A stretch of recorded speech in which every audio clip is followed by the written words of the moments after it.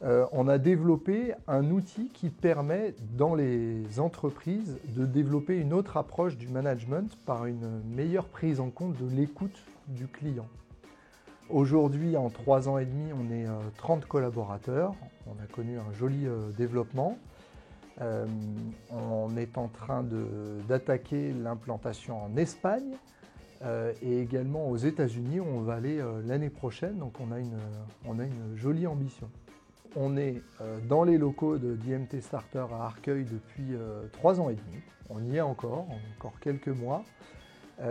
Avec la particularité qu'on a été la première société dans laquelle l'incubateur, au travers d'un fonds créé à l'initiative de l'ensemble des coachs qui accompagnent les sociétés, donc le fonds Télécom Booster, ils ont créé un fonds qui a investi chez nous. On a été la première promo. Et ça, c'était en 2016 et ça a été vraiment un vrai accélérateur pour nous parce que, c'était une première levée assez simple à mettre en œuvre. Ça s'est fait en une demi-journée quand la plupart des startups, c'est la route du Rhum pendant des mois et des mois pour y arriver.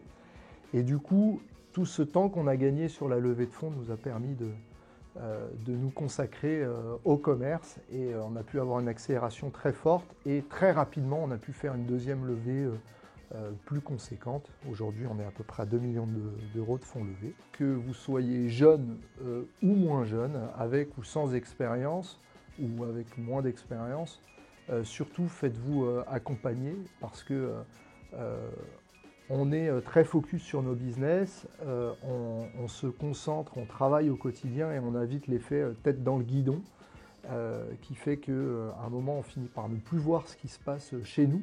Et donc l'intérêt d'avoir des coachs, peut-être dans un premier temps, en attendant d'avoir fait des levées de fonds et d'avoir un board, l'intérêt d'avoir des coachs, c'est que vous pouvez prendre le temps, prendre un peu la hauteur de temps en temps pour vous poser les bonnes questions, remettre en question certains sujets et comme ça accélérer de manière pérenne.